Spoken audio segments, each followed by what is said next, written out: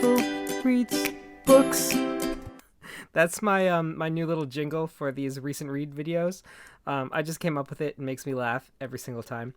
So as you can see today, we are not talking about plants. It's okay though. I have lots of videos coming out about my plants and everything, but I also have other interests like, reading. And I'm sure there are other plant people out there who also read. In the past, I've done recent read videos, but I kind of loop a bunch of books together. So I usually talk about, I think it's the last 5 books that I read in a row. But I wanted to change that format up a little bit because last year, 2020, I don't even think I read 5 books. I probably read like 4 books in total the whole year. And it's not because I don't like to read and write. I love to do all of that. But I've been having trouble with my eyes. I'm type 1 diabetic, and I've got diabetic retinopathy because I've been diabetic for like a billion years now. And the summer of 2020, it was pretty bad, and I had a hard time reading. So I kind of stopped reading a bit. So instead, I decided to do one of these kind of every time that I finish a book. And I'm not like one of those crazy booktubers who reads a book a week or something like that. It takes me it takes me quite a bit of time to get through a decent sized book. And so this week we are talking about the Book of Lost Things by John Connolly. And this book took me forever to read. I started this, I think, in April of 2020. And then, all of the eye stuff happened and I finished it just last week or 2 weeks ago or something like that. So this book came out in 2006. So I'm a little behind when it comes to reading it. This was the first time that I had read through it. I picked this book up and a whole bunch of other books back when I had won some money at Chapters. There was one Christmas where I won their $5,000 in-store prize, and I just loaded up on books, and it's been taking me a while to get through them all. But I didn't know what to expect with this book. I did some research beforehand to kind of, see if I would like it. It seemed very interesting. It had a very interesting premise, but I wasn't quite sure if it was young adult or not. And if you've watched any of my other recent read videos, you kind of know that I'm not a big fan of YA. I mean, some of it's good, but for the most part, I don't like it. So I ended up having kind of mixed feelings about this book in general as I read through it. I thought that it started strong, but it devolved relatively quickly, and by the end, I didn't really like it, and I couldn't wait to put it aside and get it over with. So the premise of the story is you have this character, David, who's going through a lot of trauma and trouble.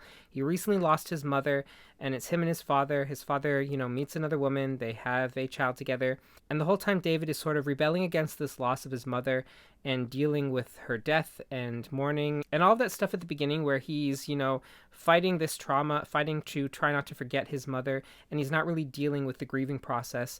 That was really interesting. David's character really shines. You can see how he's straining to hold on to what he used to know and how he's rebelling against, his father's new wife and his new little brother. He holds a lot of resentment towards them. As he's sort of, dealing with all this internalized trauma and PTSD, he starts to have blackouts and he starts to see things. One of the main things that he sees is this kind of sinister-looking man who's kind of like Rumpelstiltskin, based on Rumpelstiltskin, let's say. Throughout his childhood, David and his mother really bonded over fairy tales.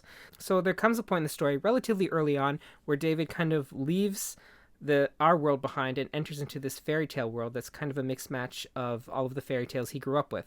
And that sounds like a great premise for a book, doesn't it? The problem is, once we get into this fantasy world, the story becomes almost less about David and more about the world that he's in. John Connolly does an excellent job at kind of building up David's character, showing his trauma, showing his inner turmoil in the beginning, but as soon as he enters into this fantasy world and adventures through it, trying to find a way back home, he kind of loses that sense of self-identity and self-growth that David had in the beginning. Of course, as the story goes along, David, encounters all these different problems and different scenarios, and he attains growth through each of those scenarios that he encounters and the people that he meets. But the writing just feels a little different. It's less centered on David and it's more centered on this world. And you could say that the fantasy world itself is a foil to David and what he's going through, the trauma that he's experiencing. But it's just so much more interesting when David is the one who is learning and growing and realizing these things about himself, which he never really does. Every once in a while, it will allude to the fact that, David is thinking different or that he is changing the way that he approaches things, but it's not to the extent where David really seems present and we're seeing him kind of emotionally change and realize the way that he was and how he has grown. And that's really what I wanted from this book. As far as the voice, I thought this book was a little strange because it is very dark, and it's not something that I would recommend like a child read, because there are some scenes in this book that I was like, this is incredibly dark for this book. But at the same time, I think the lack of depth, both in the fantasy world, the world building, and in David himself, it made me feel a lot like this book was targeted towards young adult. And the simplicity of that kind of turned me off. It was interesting to see all these fairy tales twisted and changed in the novel. For example, at one point David runs into Snow White and the Seven Dwarfs, but Snow White is this big, corpulent, fat lady who is very oppressive of the dwarves. But I thought that it was too little. I know that this book has gotten a lot of praise, and I can understand and realize why it has received that praise. But I think that you need to be aware of what you are going into when reading this. Don't expect something really deep and life-changing. I think early on it does a really good job of showcasing trauma and how David deals with trauma, which isn't necessarily good at the beginning. But the growth aspect, I think, is definitely missing, and that was really unfortunate to read. I also want to mention real quick that one thing that this book does really well is it includes an LGBT character, Roland, and does a really good job of normalizing homosexuality. This book is set in a time, I think it's during World War II? So it was a time when homosexuality wasn't exactly accepted. And there's a certain point, too, where David kind of puts two and two together, realizes that Roland is gay, and remembers that, his father told him to kind of stay away from these odd men, and that they weren't natural. But this book does a really good job of showcasing just how, Roland is any other guy, just happens to love his male friend instead of a princess character. And I really appreciated that, because so often LGBT characters are so stereotyped in media. So the fact that Roland is just, a knight serving the kingdom, looking for his lost love, who just happens to be a guy, it was a refreshing read and a refreshing character, so I really liked that. Let me know in the comments below if you have read this book and what you thought about it. I know a lot of people love this book and hold it very dear to them, and in no way should my opinion deter someone from reading a book. I think that if the book is interesting to you and has an interesting premise, that you should read it and take from it what you will. It just so happens that for me, I didn't take much from it. But for other people, this book could be their Lord of the Rings. But I'm interested to hear if you've read this book and what you thought of it. So yeah, that's pretty much it for this episode. Just a quick little review of The Book of Lost Things by John Connolly. I'll see you in the next one.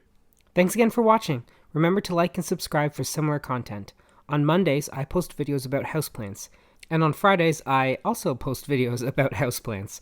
And reading, writing, photography, art, and any other generic interests of mine. As always, you can find my social media links in the description below. Also, you can find links to H&H Games, the board game company I've helped create, and our debut board game, Season of Heroes. You can also find the Amazon links to my fantasy series, A Chronicle of Crowns. Thanks for watching, bye!